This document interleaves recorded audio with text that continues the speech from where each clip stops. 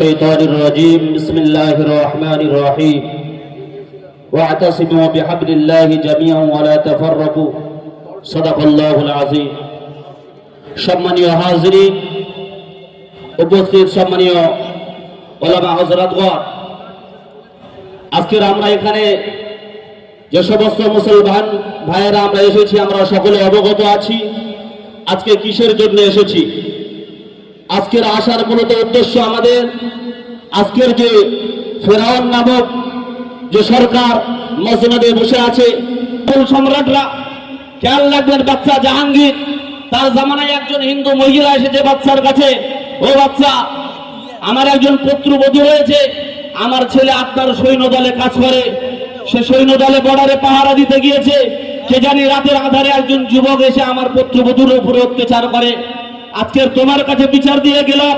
এর বিচার যদি তুমি না করতে পারো তুমি যে আল্লাহকে বিশ্বাস করো কাল কিয়ামতের ময়দানে সেই আল্লাহর কাঠগড়ায় তোমাকে হাজির করব বাচ্চা এই কথা শোনার পরে আর স্থির থাকতে পারলেন না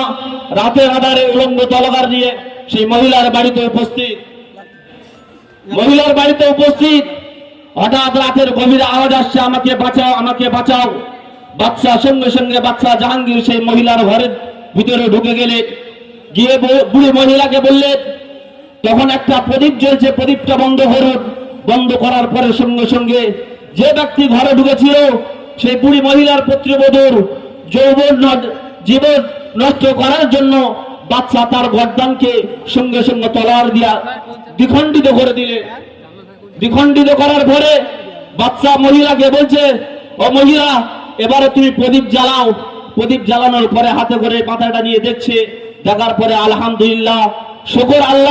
আল্লাহর উপরে শুকরিয়া আদায় করলেন বুড়িমাকে বললেন আলো জ্বালান বুড়িমা যখন আলো জ্বালিয়েছে দেখছে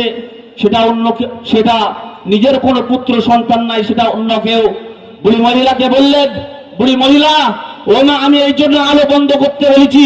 যদি আমার রাজ্যের কারো এরকম ক্ষমতা নেই সে এসে অন্যায় করবে হয়তো আমারই কোনো ছেলে সেই জন্য আমি আলো বন্ধ করতে বলেছি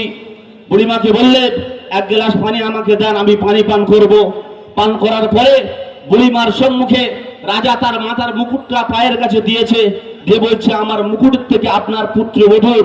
তার জীবন তার ইজ্জত বেশি দামি তাই বলছি মোগলরা যদি তারা চেষ্টা করতো যদি তারা মনে করতো ভারতবর্ষে একটা হিন্দু থাকতো না কিন্তু তাদের সময়ে সমস্ত মানুষ তারা শান্তির সাথে ভারতবর্ষে বসবাস করেছে কিন্তু আজকের যারা মুসলমান আছে তারা মুসলমানদের ইমানে আঘাত করছে এটা আমি সাকরাইল জমিন থেকে জানিয়ে দিতে চাই মিস্টার নরেন্দ্র মোদীকে যদি আমাদের ইমানের উপরে আঘাত করেন আমরা প্রস্তুত আছি জিহাদের ময়দানে লাগার জন্য সকলে রাজি আছেন তো হাত তুলে দেখান ঘরে ঘরে রাজি আছেন নারে তাকবীর নারে তাকবীর আমরা সকলে আমি যে আয়াতটা বলেছিলাম ওয়াতাসিমু বিহাবলিল্লাহি জামিআ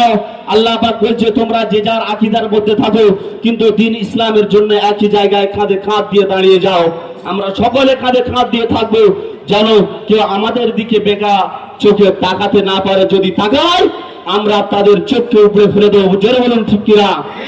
আমি আমার সংক্ষিপ্ত বক্তব্য এখানে শেষ করছি सारे जहां से अच्छा हिंदुस्तान हमारा हमारा हम बुलबुले के इसकी गुलसिता हमारा हमारा आखिरी दवाना अल्हम्दुलिल्लाहि रब्बिल आलमीन।